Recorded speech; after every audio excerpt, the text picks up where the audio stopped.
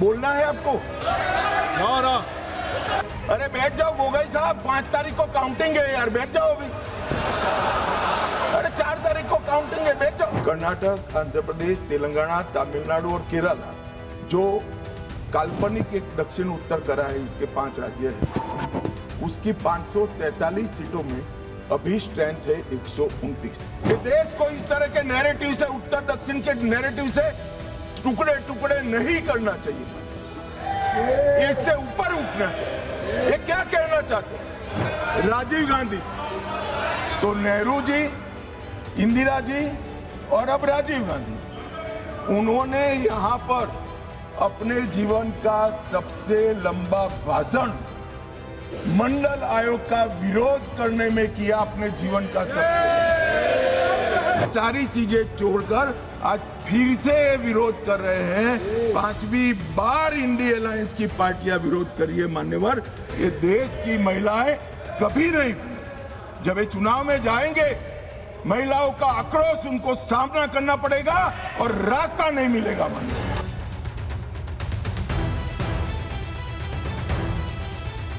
முன்னணி market எக்ஸ்பர்ட்ஸுடன் enrich money investor awareness conclave April 25 டிக்கெட்டை இன்றே புக் செய்யுங்கள்। मैं फिर से स्पष्ट कर देता हूं, दक्षिण का राज्यों का इस सदन पर इतना ही अधिकार है जितना उत्तर के राज्यों का अधिकार है। अरे दक्षिण छोड़िए, छोटी सी यूटी लक्षद्वीप का भी इतना अधिकार है जितना उत्तर प्रदेश, गुजरात और बिहार का। ये देश को इस तरह के नैरेटिव से, उत्तर दक्षिण के नैरेटिव से टुकड़े टुकड़े नहीं करना चाहिए।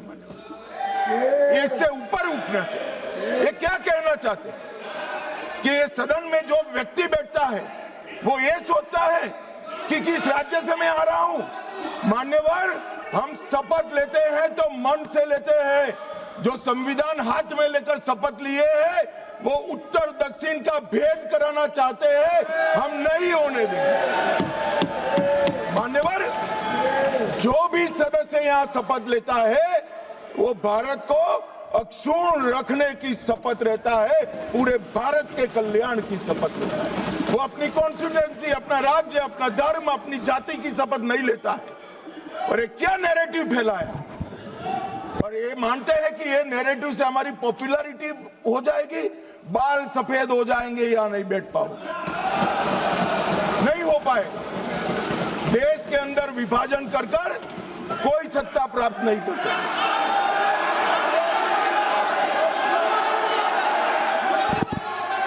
मान्यवर,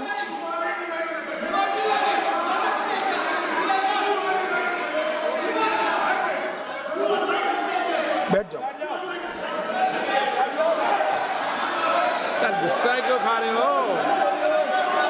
इतना गुस्सा मत खाओ, प्लीज प्लीज। इतना सदन में, मारन जी, सदन में इतना गुस्सा नहीं करते हैं, शांत।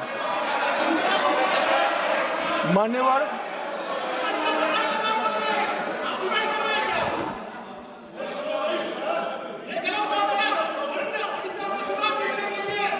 मान्यवर, मान्यवर,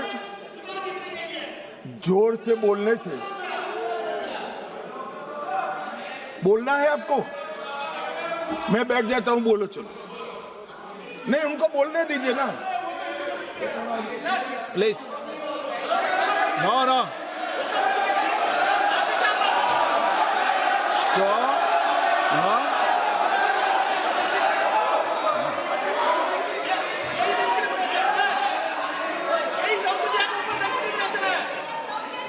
मान्यवर,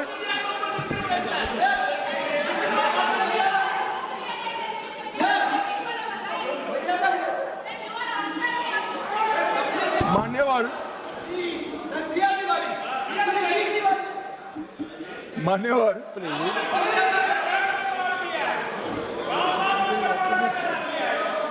माननीय अध्यक्ष जी, झूठ को जोर से बोलने से सच नहीं होता, सच सच होता।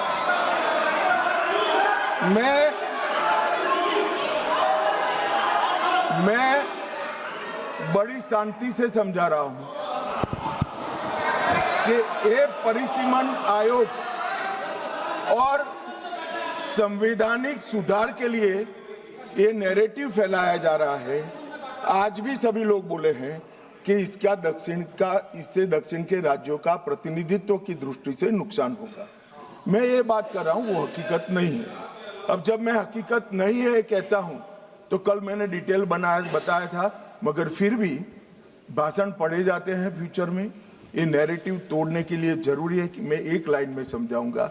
कर्नाटक, आंध्र प्रदेश, तेलंगाना, तमिलनाडु और केरला, 4-5 राज्यों का जो काल्पनिक एक दक्षिण उत्तर करा है, इसके 5 राज्य है, उसकी 543 सीटों में अभी स्ट्रेंथ है 129। अब ये 129 जो स्ट्रेंथ है 543 के प्रतिशत निकालते हैं तो 23.76% वृद्धि है। अब 50% वृद्धि कर जब ये 5 राज्यों की सीटों का हम आवंटन करते हैं तो 129 से बढ़कर 195 होती है। 129 के बढ़कर सीटें 195 होगी, जिसका 816 में प्रतिशत भार निकालते हैं तो 23.87 आएगा। तो पहले 23.76 था और अब थोड़ा सा बढ़कर 23.87 होगा। इसलिए मैं कह रहा हूं किसी का नुकसान नहीं। मान्यवर, कुछ सदस्यों ने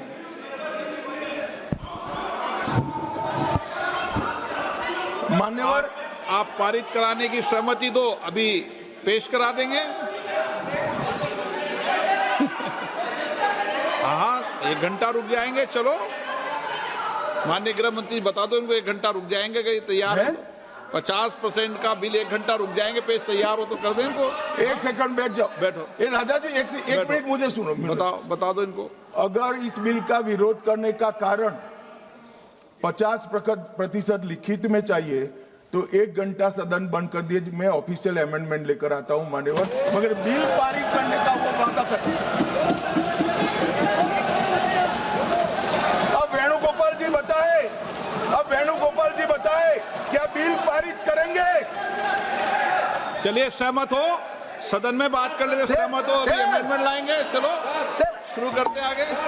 सर last minute. हाँ Sir, last minute, yesterday onwards, when the bill introduced itself, entire opposition demanding we want this to be in the legislation. Number 2, the constitutional protection of the delimitation to the states, number of the seats in the state should be protected. We are asking the Home Minister whether are you ready to dealing the delimitation process along with the women reservation, number 1. Number 2, if you are ready to include the number of seats in each state by legislation by 50%, these 2 things, are you ready? Sir अब बैठ जाओ, हो गए भाई, तेरा नेता बोल दिया। मान्यवर, वेणुगोपाल जी ने 2 शार्प क्वेश्चन पूछे। अरे बैठ जाओ गोगोई साहब, 5 तारीख को काउंटिंग है यार, बैठ जाओ अभी। अरे 4 तारीख को काउंटिंग है, बैठ जाओ। मान्यवर साहब, मैं इनका जवाब देता हूं, इनको बिठा दीजिए थोड़ा माइक पे प्लीज।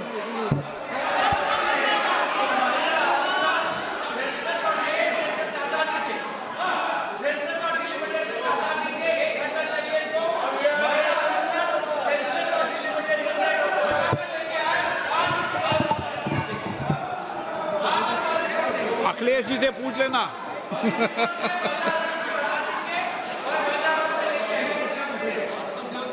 मान्यवर, मुझे लगता है कि आपके नसीब में यश लिखा है, एक बिल पारित हो जाएगा शायद।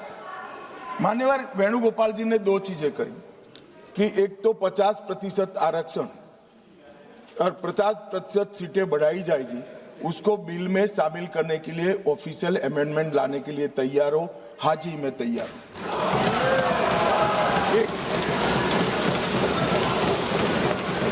एक सेकंड, अब नहीं होता भाई, बैठ जाओ। दूसरा भी बताता हूं। मान्यवर, 1 घंटा आप सदन स्थगित कर दीजिए। 1 घंटे में मैं मेरा ऑफिशियल अमेंडमेंट मेरे पास में तैयार है, जेरोक्स कराकर सभी सदस्यों को सर्कुलेट कर दूंगा, क्योंकि हमें 50% सीट बढ़ानी है, हमें कुछ छिपाना नहीं है, हमें कोई चोरी करनी नहीं है, तो हम कर देंगे। और दूसरा उन्होंने कहा कि डिलिमिटेशन 26 की जनगणना का, ये झांसे में मैं नहीं आऊंगा, क्योंकि ये इसके माध्यम से अरे बैठ जाओ ना, बैठ जाओ।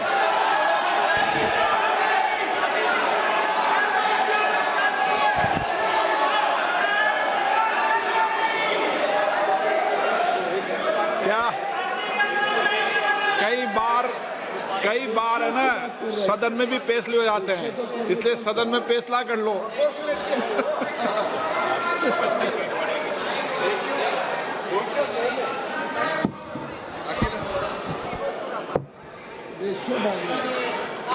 माइक ही नहीं है।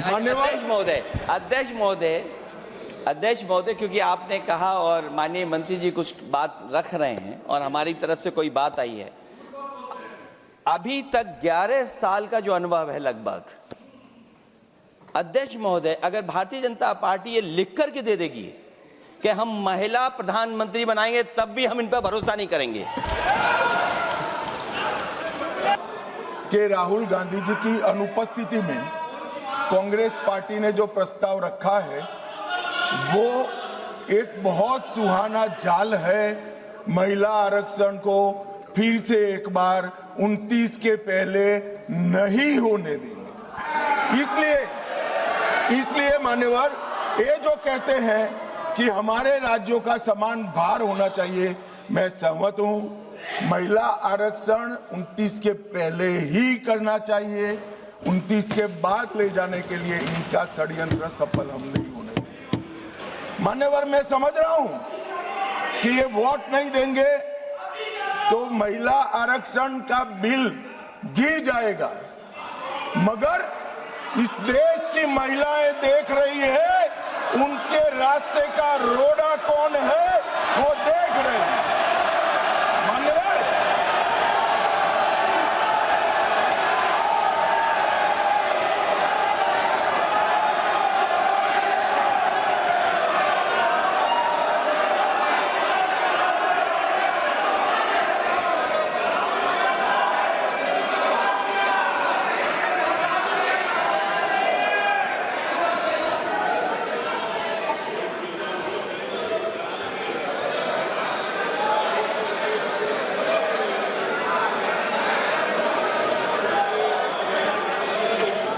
मान्यवर, यहां पर तो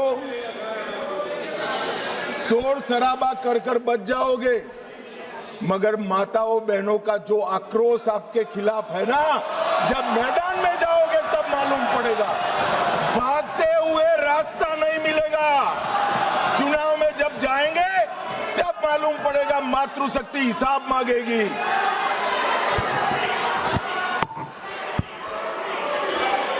मान्यवर,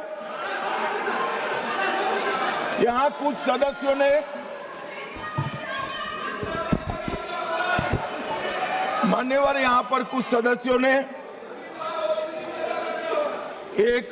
मैं बताता हूं भाई साहब, मान्यवर, यहां पर कुछ सदस्यों ने दूसरी भ्रांति फैलाई कि मुस्लिम महिलाओं को भी आरक्षण मिले। अरे आता हूं भाई, आता हूं। पहले अखिलेश बैठे हैं तो पहले उनकी बात करूं ना, पहली बेंच पर बैठे देखो। मान्यवर,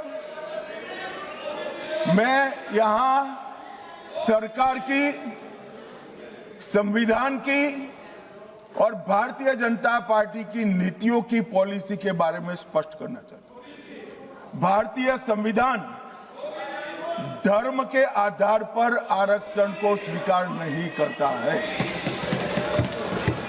मान्यवर, इसके 2 कारण हैं। पप्पू सुन लिया ना, अब शांति रखो, ठंड रखो यार, चलो। मान्यवर, आरक्षण पाने की योग्यता पहला कारण है, आरक्षण पाने की योग्यता ऐसी नहीं होनी चाहिए जिसको कोई प्राप्त कर सके। ये संविधान की बात मैं कर रहा हूं।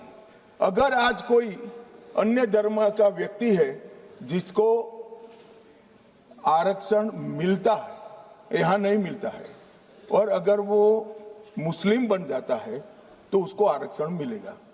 तो आरक्षण जन्म से ही मिलता है मान्यवर, किसी प्रकार से प्राप्त नहीं किया, इसलिए वहां पर उसको सील किया है। और दूसरा, ओवैसी जी ध्यान से सुनना, दूसरा अनुच्छेद 15(4) के अनुसार आरक्षण उन लोगों के है, उन लोगों के लिए है जो सामाजिक और शैक्षिक रूप से पिछड़े वर्ग में आते हैं या अनुसूचित जाति और अनुसूचित जनजाति में पैदा हुए हैं। अनुच्छेद 16(4) इसके तहत आरक्षण पिछड़े वर्ग को, नागरिकों को दिया जाता है। अब संविधान में कहीं पर भी धर्म के आधार पर आरक्षण देने की मान्यता नहीं है। ये इंडी अलायंस वालों ने अपनी तुष्टीकरण की राजनीति के कारण इस देश में मुस्लिम आरक्षण की डिमांड खड़ी करना चाहते हैं, और ये संविधान की बात करते हैं। कोई भी संविधान पढ़कर बता दे मुझे, संविधान के किस आर्टिकल से धर्म के आधार पर आप आरक्षण करोगे, कोई बता दे मुझे। एक भी आर्टिकल में कोई प्रोविजन नहीं मान्यवर। इसलिए भारतीय जनता पार्टी, हमारी सरकार, दोनों का नीति स्पष्ट है। जो संविधान सम्मत नहीं है वो धर्म के आधार पर आरक्षण हम ना भी देंगे, ना कभी किसी को देने देंगे।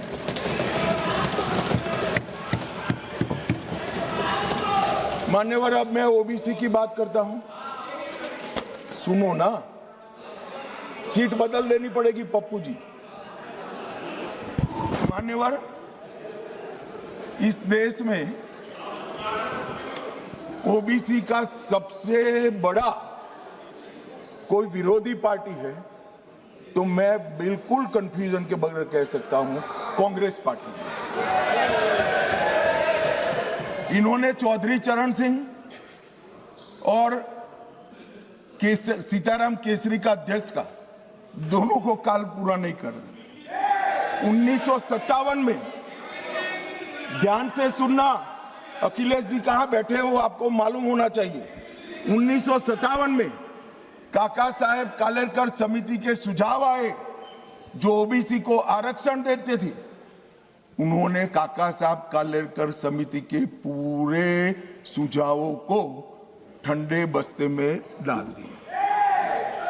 1980 में, ये जवाहरलाल जी थे, 1980 में इंदिरा जी आई, मंडल आयोग का सुझाव आया और मंडल आयोग के सुझाव को इंदिरा जी ने ठंडे बस्ते में डाल दिया। 90 में जब बीपी सिंह आए तब वो मंडल आयोग का इंप्लीमेंटेशन लेकर आए, और उस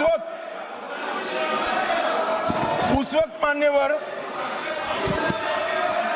विपक्ष के नेता राजीव गांधी थे। तो नेहरू जी, इंदिरा जी और अब राजीव गांधी, उन्होंने यहां पर अपने जीवन का सबसे लंबा भाषण मंडल आयोग का विरोध करने में किया। अपने जीवन का सबसे सारी चीजें छोड़कर आज फिर से विरोध कर रहे हैं। 5वीं बार इंडी अलायंस की पार्टियां विरोध कर रही है मान्यवर। ये देश की महिलाएं कभी नहीं भूलेंगी। जब ये चुनाव में जाएंगे, महिलाओं का आक्रोश उनको सामना करना पड़ेगा और रास्ता नहीं मिलेगा मान्यवर। ये बदलाव की जरूरत क्या है? पहली लोकसभा में 22 महिला सदस्य चुनकर आए, छठी में 19 आए, 8वीं में 44 आए, 14वीं में 51 आए, 17वीं में रिकॉर्ड 78 महिला सदस्य चुनकर आए और 18वीं में 75 महिला सदस्य चुनकर आए। मान्यवर, ये आंकड़े जो है वो हमारी माताओं बहनों की राजनीति में हिस्सेदारी लेने की उत्सुकता को प्रदर्शित करते हैं। यहाँ पर महिला सांसदों ने, आपने कई बार मौका भी दिया, आज भी दिया, बहुत अच्छा प्रदर्शन किया। बिल के विषय पर बोलकर, जो विषय पर चर्चा हो इस पर बोलकर बहुत अच्छा प्रदर्शन किया है। मान्यवर, हमने लेटर एंड स्पिरिट में ये महिला आरक्षण का, विमेन लेड डेवलपमेंट का हमने अनुसरण किया है। प्रधानमंत्री जी के पहले मंत्रिमंडल में 10 महिलाएं थी और ये कह रहे थे अखिलेश जी कि आपने सिर्फ एक ही मुख्यमंत्री दिया है। हमारे यहाँ सुषमा स्वराज जी दिल्ली की पहली मुख्यमंत्री बनी, उमा भारती जी मध्य प्रदेश की पहली मुख्यमंत्री बनी, वसुंधरा राजे जी राजस्थान की पहली मुख्यमंत्री बनी, आनंदीबेन पटेल गुजरात की पहली मुख्यमंत्री। मान्यवर, एक बात पर मैं ध्यान दिलाना चाहता हूँ, ये सब जगह भाजपा की महिला नेत्रियां पहली, हाँ अभी है, मगर ये तो पहली बार बनी। ये पहली बार बनी, इसका मतलब क्या है? 70 साल में कांग्रेस ने कभी उन राज्यों में महिला मुख्यमंत्री को जगह नहीं दी, इसलिए हमारा नंबर लगा है। और आज भी रेखा गुप्ता जी पहली मुख्यमंत्री नहीं है, तीसरी मुख्यमंत्री के। अरे मैं बोल रहा हूं भाई, पहली मुख्यमंत्री नहीं है ऐसा बोल रहा हूं। अरे सुनो भाई, पहली मुख्यमंत्री नहीं है ऐसा बोल रहा हूं, तीसरी मुख्यमंत्री है। और मान्यवर, हमने इस देश की पहली आदिवासी महिला को द्रौपदी मुर्मू से महामहिम द्रौपदी मुर्मू बना दिया। मान्यवर, हमने 3 दशकों से जो बिल चर्चा में आता था और नूरा कुश्ती वाले प्यार और अभाव से रिजेक्ट हो जाता था, हम इसको लेकर आए। मगर मुझे दुख है कि पहले भी जिस बिल को जिन्होंने पारित नहीं करने दिया, वो ही आज इसका किंतु परंतु अगर मगर से विरोध करने के लिए खड़े हो गए। मान्यवर, आज 14 लाख महिलाएं अब तक जनप्रतिनिधि के रूप में देश में पंचायत में काम कर चुकी है। मान्यवर,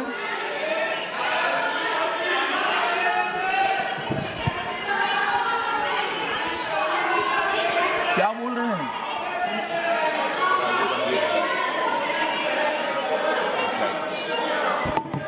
अरे ज्योतिमणि जी, मार्क कट जाएंगे, नरसिम्हा राव जी लाए थे, टिकट कट जाएगी, नरसिम्हा राव का नाम बोलोगी तो। मान्यवर, इस 11 साल में सिर्फ महिला प्रतिनिधित्व की बात नहीं, इस देश की माताओं बहनों का, मातृशक्ति का, महिलाओं का जीवन सुचारू रूप से चले, इसलिए ये 11 साल में 15 करोड़ घरों में नल से पानी पहुंचा है।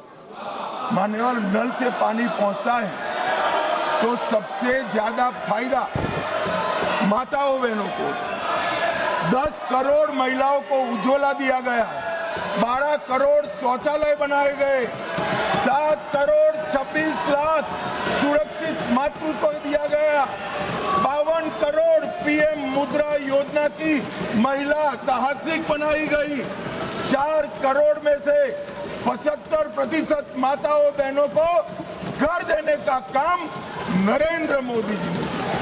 और मान्यवर, जेंडर बजटिंग में 97,000 करोड़ का बजट था, नरसिम्हा राव जी ने, निर्मला जी 5 लाख करोड़ का बजट इस देश की महिलाओं के लिए। मान्यवर, हमारे लिए ये कोई मायने नहीं रखता है कि महिलाओं को प्रस्थापित करने के लिए, उनका संबल बनाने, उनके प्रतिनिधित्व देने के लिए और विधायी संस्थाओं में उनकी हिस्सेदारी देने के लिए जिसका भी विरोध का सामना करना पड़े हम करेंगे, लड़ेंगे और महिलाओं को आरक्षण देकर रहेंगे। मान्यवर, आज मुझे एक पत्रकार का फोन आया कि भाई कल की स्पष्टता के बाद विरोध का तो कोई कारण ही नहीं बनता है, क्यों विरोध करे? मैंने बोला भाई ये रॉन्ग नंबर है, आपको राहुल जी को पूछना चाहिए, मुझे क्यों पूछ रहे हो भाई? मगर उसने कहा आपको क्या लगता है? मैं कोई ऐसा नहीं है कि सब सिर्फ महिला आरक्षण विधेयक का विरोध हो रहा है। हमने 370 समाप्त की साहब, उन्होंने विरोध किया। राम मंदिर बनाया, विरोध किया। सीए लाए, विरोध किया। ट्रिपल तलाक समाप्त किया, विरोध किया। जीएसटी लाए, विरोध किया। आयुष्मान भारत बनाया, विरोध किया। नया संसद भवन बनाया, विरोध किया। मत्स्य पालन सहकारिता मंत्रालय बनाया, विरोध किया। सीडीएस बनाया, विरोध किया। 3 तलाक खत्म किया, विरोध किया। नक्सलवाद खत्म किया, विरोध किया। आतंकवाद को सत्ते में डाला, विरोध किया। सर्जिकल स्ट्राइक, विरोध किया। एयर स्ट्राइक, विरोध किया। ऑपरेशन सिंदूर, विरोध किया। मान्यवर, इन्होंने अच्छे बुरे सोचे बगैर नरेंद्र मोदी जी जो कर रहे हैं इसका विरोध करने का ठान लिया। मुझे तो था आज देश की माताओं बहनों के लिए, मान्यवर, मुझे था देश की माताओं बहनों के लिए आरक्षण आ रहा है, ये विरोध आज नहीं होगा, मगर आज भी विरोध कर रहे हैं। मान्यवर, मैं बिल के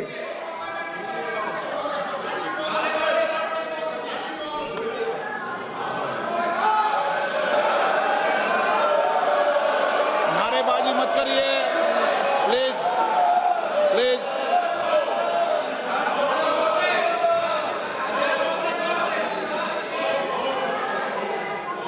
समझदारों को इशारे में कहा जाता है। मान्यवर,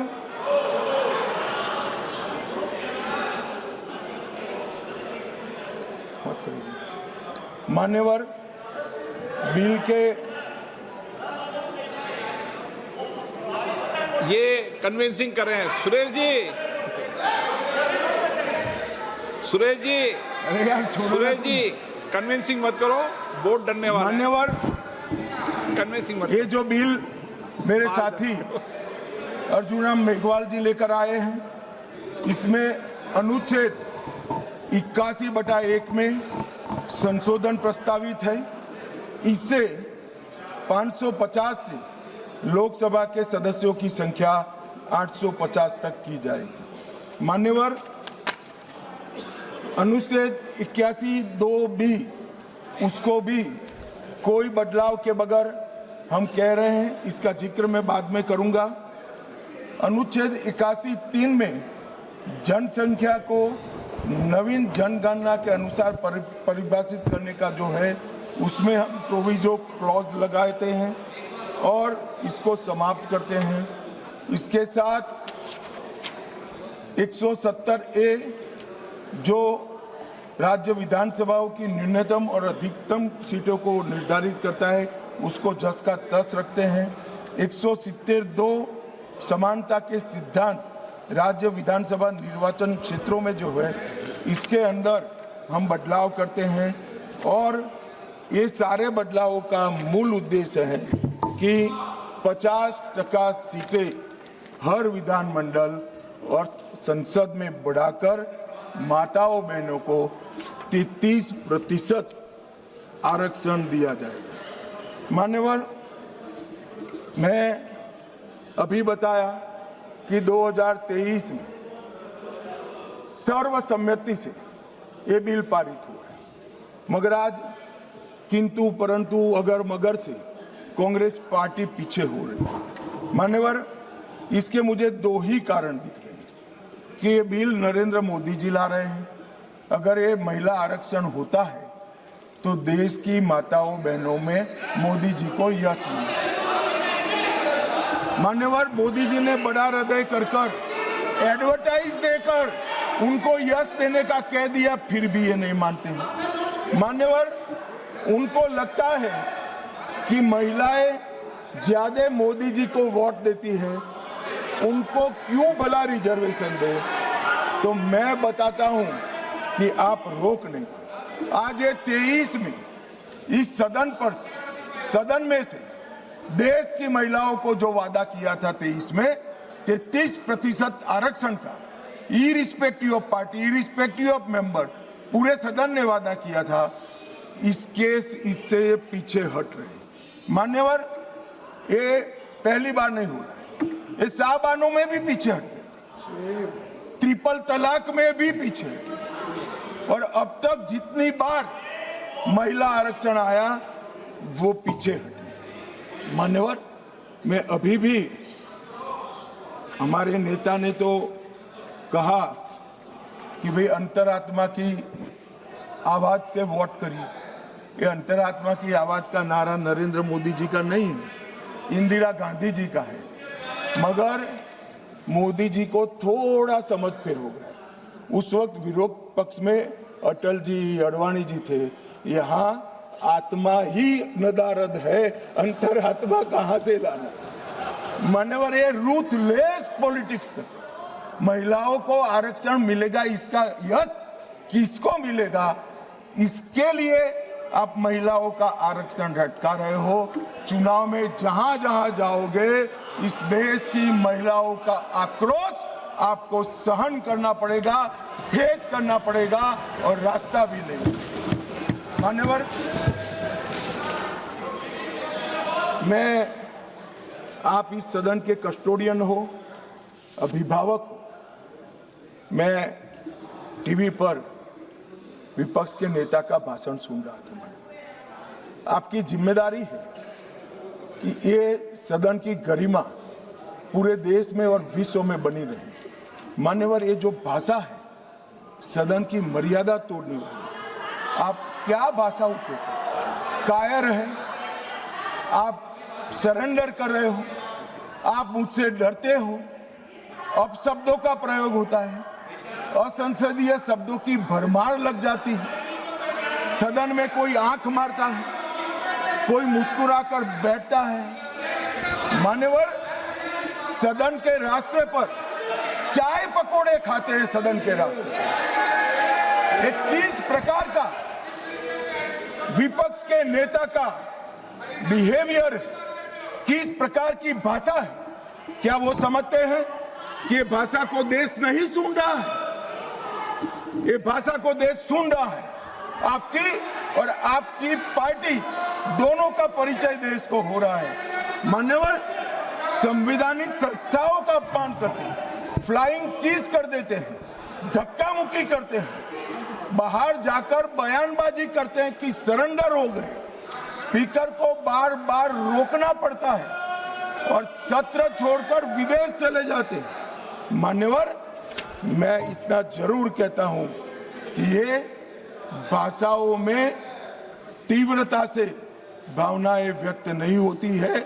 सदन में बोलने की कला आपके बहुत सारे सीनियर लोग हैं, उनसे सीख ले। और सीनियर लोग ना हो तो प्रियंका जी ही है, उनसे थोड़ा सीख ले कि सदन में कैसे बोलना चाहिए। मान्यवर, ये कहते हैं ये क्रूर बिल है, महिलाओं को आरक्षण देने वाला बिल क्रूर बिल है। उत्तर और दक्षिण के बीच में भेदभाव कर रहे हो, दक्षिण का प्रतिनिधित्व कम हो जाएगा। इतना कल समझाने के बाद भी अगर ये स्टेटमेंट आता है मान्यवर, तो मैं मानता हूं ये जानबूझकर दिया गया स्टेटमेंट है। मान्यवर, मैं विपक्ष के नेता राहुल गांधी जी को, पूरी कांग्रेस पार्टी को और विपक्ष के कुनबे को इस देश का परिचय कराना चाहता हूं कि हजारों साल पहले राम सेतु बनाने के लिए जिस गिलहरी ने योगदान दिया था, वो गिलहरी को भी आज अवध्य माना जाता है इस देश में। इतना उपकार याद करती है। और हजारों साल के बाद भी हवन में हड्डियां डालने वाली ताड़का को भी याद रखा जाए। आप महिलाओं को आरक्षण देने वाला एक पवित्र यज्ञ रूपी जो बिल है, इसमें विरोध की हड्डियां डाल रहे हैं। इस देश की महिलाएं आपको माफ नहीं करेंगी।